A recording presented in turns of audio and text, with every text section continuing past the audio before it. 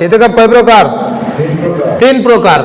1 নম্বর ওয়াজিব ইতিকাফ, 2 নম্বর সুন্নাত ইতিকাফ এবং নফল ইতিকাফ। এই 3 ধরনের ইতিকাফ আমরা পাচ্ছি। এখন এইগুলোর ডেফিনেশন কি, ব্যাখ্যা কি, কোনটা ওয়াজিব, কোনটা সুন্নাহ আর কোনটা নফল?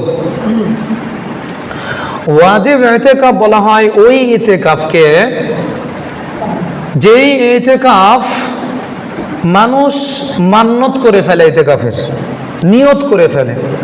যেমনটি আমরা যদি বলি যে আপনি নিয়ত করেছেন যে আল্লাহ আমার সন্তান আরব কান্ট্রিগুলোতে বিপদে পড়ে গেছে, তুমি সেই বিপদ থেকে তাকে উদ্ধার করলে আমি মসজিদে 3 দিন ইতিকাফ থাকবো, কথার কথা, অথবা 1 দিন ইতিকাফ থাকবো। এই যে আপনার সন্তানকে আল্লাহ তাআলা উদ্ধার করেছে, আপনার উপর ওয়াজিব হয়ে গেছে। এখন ইতিকাফটা কি হয়েছে? ওয়াজিব হয়ে গেছে। তাহলে ওয়াজিবটা বুঝতে পেরেছেন যে কোনো ব্যক্তি যদি ইতিকাফ করার মান্নত করে, অর্থাৎ নিয়ত করে ফেলে, ইরাদা করে ফেলে যে আল্লাহ আমার এই মনোবাসনাটা পূর্ণ হলে আমি 1 দিন 2 দিন 3 দিন 5 দিন, অথবা তার ইচ্ছা মতো একটা ডেট দিয়েছে আমি এতদিন ইতিকাফ করব, তখন ওই ব্যক্তির উপরে কি হয়ে যায়? ওই জিনিসটা হাসিল হলে তার উপর ওয়াজিব হয়ে যায়। 2 নম্বর আসে আমরা সুন্নাত ইতিকাফ। এটা শুধু সুন্নাত বললে হবে না, এমন সুন্নাত যে সুন্নাতকে বলা হয়েছে, ফুকাহে কেরাম বলেছেন সুন্নাতে মুআক্কাদায়ে আলাল কিফায়া, মানে এমন সুন্নাত যে সুন্নাত ছেড়ে দিলে গুনাহ হয়, ইচ্ছা করে ছেড়ে দিলে কি হয়? গুনাহ হয়। এই সুন্নাত বলা হয়েছে। যেমন জোহরের 4 রাকাত সুন্নাত, সালাতের আগে 4 রাকাত সুন্নাত আছে না, নিয়মিত কেউ যদি ইচ্ছা করে না করে তাহলে সে গুনাহগার হবে। এটা ফিকহি মাসআলা। এটা কি ফিকহি মাসআলা। আর কাজের ক্ষেত্রে আপনার সময় পাননি সেটা ভিন্ন কথা, কিন্তু নিয়মিত ইচ্ছা করে যদি কেউ জোহরের আগের এবং পরের সুন্নাতগুলো ত্যাগ করে তাহলে সে গুনাহগার হয়ে যাবে। তো এরকমই ইতিকাফ হচ্ছে সুন্নাতে মুআক্কাদায়ে আলাল কিফায়া, অর্থাৎ এমন সুন্নাতে মুআক্কাদা যে গ্রামবাসীর পক্ষ থেকে কমসে কম একজন করা জরুরি। কমসে কম কি গ্রামবাসীর পক্ষ থেকে একজন সুন্নাতে মুআক্কাদা এটা কি থাকা জরুরি, না থাকলে ফিকহে হানাফির মতে গুনাহ হবে। হানাফি মাযহাবের মতে কি হবে? গুনাহ হবে। কেন? এইটাই কি মুহাম্মদ সাল্লাল্লাহু আলাইহি সাল্লামের নতুন বিধান? এটা কি মুহাম্মদ সাল্লাল্লাহু আলাইহি সাল্লামের নতুন বিধান, নাকি আগে থেকে ইতিকাফ ছিল বলে মনে হয়?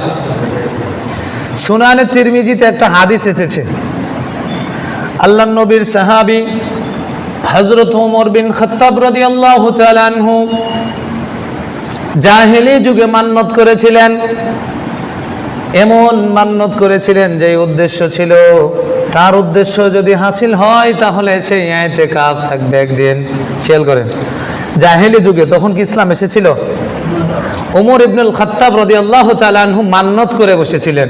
এরপরে তিনি ইসলাম, যখন মুহাম্মদ সাল্লাল্লাহু আলাইহি ওয়াসাল্লাম ইসলাম নিয়ে এসেছেন, মুহাম্মদ সাল্লাল্লাহু আলাইহি ওয়াসাল্লামের উপর ঈমান এনেছেন, আল্লাহর উপর ঈমান এনেছেন, মুসলিম হয়েছেন, তখন তিনি কি এটা আর করেননি যে আমি তো ধর্ম ত্যাগ করেছি আর আমার তো মুশরিকদের সাথে ইতিকাফের মানে ছিল, কি ছিল? শর্ত ছিল।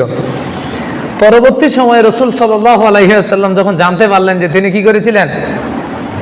মান্নত করেছিলেন, তখন নবীজি তাকে ইতিকাফ পূর্ণ করতে বলেছেন। তার মানে আমাদের শরীয়ত আসার আগেও ইতিকাফের প্রচলন ছিল, বুঝা যায়, তাই না? ইতিকাফের প্রচলন আমাদের নবী আসার আগেও ছিল। এখন আসি আল্লাহ কোরআনে কি বলছে এই বিষয়ে। আল্লাহ সুবহানাহু ওয়া তাআলা সূরা বাকারার 125 নম্বর আয়াতে বলছেন, ওয়া আহিদিনা ইলা ইব্রাহিম ওয়া ইসমাঈল, আল্লাহ বললেন আমি আদেশ করলাম ইব্রাহিম এবং ইসমাঈলকে আন তাহিরা বাইতিয়া, আমার ঘরকে পবিত্র করতে। খেয়াল করেন, বাইতুল্লাহ আল্লাহ তাআলার নবী ইব্রাহিম এবং ইসমাঈল আলাইহিস সালাম 2 বাপ বেটা বানাইছে না? বানার পর আল্লাহ আদেশ দিচ্ছেন, আমি আদেশ করলাম তারা বাপ বেটাকে, কারাকে? ইব্রাহিম এবং ইসমাঈল আলাইহিস সালাতু ওয়া তাসলিম, ওই 2 জন ব্যক্তিকে কি আদেশ করেছেন? কি করতে? ঘর পবিত্র করতে। লিত্তাইফিনা ওয়াল আকিফিনা, এখানে কি করবে? মানুষেরা এসে তাওয়াফ করবে। কি করবে? তাওয়াফ করবে। ওয়াল আকিফিনা, এইখানে মানুষেরা ইতিকাফ করবে। কি করবে? ইতিকাফ করবে। কি করবে? অর্থাৎ অবস্থান করবে। মানুষেরা কি এখানে এসে অবস্থান করবে। ওয়াররুকআইস সুজুদ, সুজুদ, আল্লাহ বলছেন এবং মানুষেরা আসবে এই জায়গাতে রুকু করবে, সেজদা করবে, সুতরাং তোমরা আমার ঘরকে কি করো? পবিত্র করো।